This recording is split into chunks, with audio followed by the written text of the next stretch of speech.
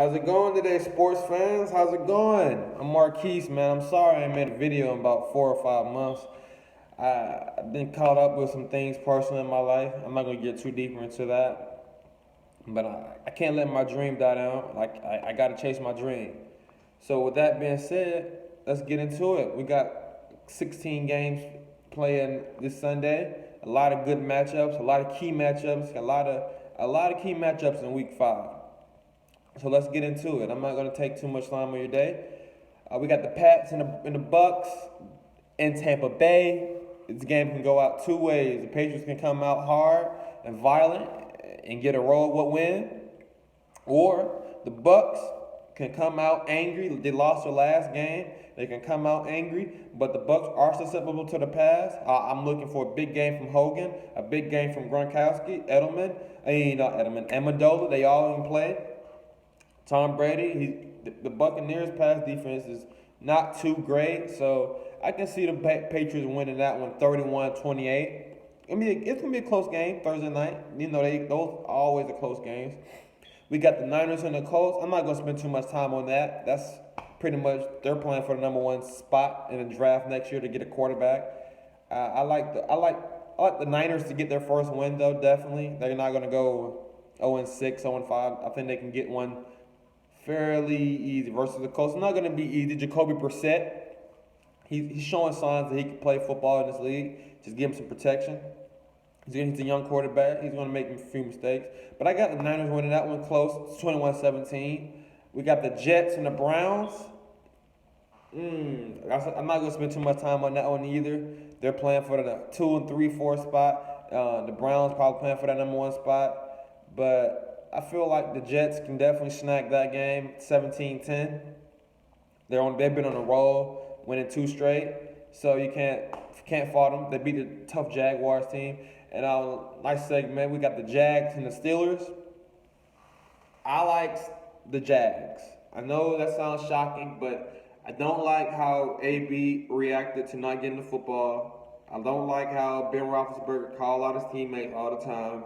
I just don't like the Pittsburgh Steelers as a team. I know they're great. I know they're good. They have the pieces to be a dynamic team. It's just something not right in their locker room. Internally, I don't know if that's the head coach, Tomlin. I don't know if that's the quarterback saying he's going to retire and come back. I don't know if Ben Roethlisberger is playing great. He's not playing great on the road, so that has something to do. But this game is being played in Pittsburgh, so Ben Roethlisberger is going to be on this game. That's what the stats say. But the Jaguars have 2 good cornerbacks, and I feel like they can match up very, very well with Antonio Brown and Martavis Bryant or whoever they throw out there. The Jags defense is really top 5 this year. They just had a mixed skew in New York versus the Jets. I feel like they can come back, bounce back, win this game 23-20 in Pittsburgh.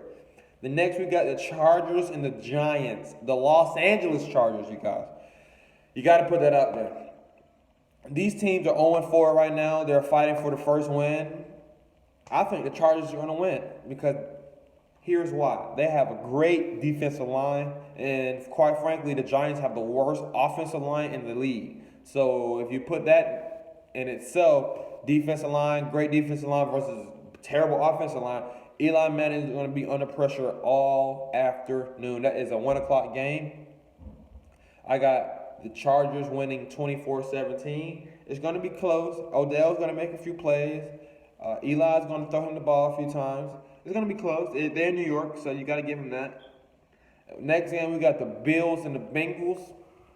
The Bengals was coming off a good win versus the Browns to get their confidence back. I think the Bills, they have the confidence to just beat the NFC champions. They definitely have confidence. The Atlanta Falcons, of course. They definitely have confidence coming into this game. They're both confident right now, but I feel like the Bills can edge them out 24-23. It's gonna be a tough game for Tyrod Taylor to come back and do what he did versus the Falcons 3 straight times in a row. He's gonna have to play a good defense. So I think he can definitely weather the storm early. It's gonna be close. They're gonna be down early, but I feel like he's gonna come bring them back 24-23. We got the Panthers and the Lions. That's going to be a great game. Lions is coming off a game where they forced a turnover to end the game. That's always a confidence booster. They should easily well be 4-0. You never know how this game goes. You were 1 inch short of being 4-0, and the Panthers just coming off a great win versus New England Patriots. As we all know, Cam played great. He messed up the first half, but he threw an interception. He came back the second half. They didn't punt in the second half. So I think the Lions can get this game. I'm gonna go 20-27 Lions. Next game we got the Titans and the Dolphins. I'm really not a fan of this game, but the Dolphins are terrible on offense the last 2 weeks, and I feel like that's going to get turned around versus the Titans. The Titans have got a tough defense, but they're playing without their quarterback, Marcus Mariota. So I'm going to go 10-23 Miami. Don't let me down, Miami. We got the Cards and the Eagles. That's going to be a good game. That's going to be a great game, actually. I feel like the Eagles can edge them out, though, because the Cardinals are not the same team they were 2 years ago. So I'm going to go 17-24 Eagles. Fly, Eagles, fly. We got the Ravens and the Raiders. That's going to be an interesting game. Derek Carr's out. EJ Manuel's in. Can he perform? Can he? I mean, Blake Bortles put up 44 points on the Ravens, so EJ Manuel, Blake Bortles, they're not the same, but they're not too far ahead of each other. Blake Bortles is not too far ahead. But I'm going to go to Ravens in that game because just from the fact that they have championship pedigree, they have championship DNA, they have a championship quarterback, and I don't think he's going to lose to a struggling Raiders team that move the ball offensively. Even though the Ravens are struggling themselves offensively, this is going to be a low-scoring game. I'm going to go 17-10. They get that touchdown late, the Raiders, and make it interesting. The Seahawks and the Rams, that's going to be a great game. I didn't think Rams were going to be this good this early. The quarterback is shocking me. Goff is playing very, very, very well. He's getting protected. He's giving his ball out to those weapons, and he's letting those weapons make plays. Gurley, Kupp, Sammy Watkins, nice addition for the Rams. And another defensive line got Aaron Donald. He's an all-pro, best in the league. You got a good cornerback and Tremaine Johnson. They need to pay that man. And they can match up very well versus Seahawks. Seahawks is not a high-scoring offense.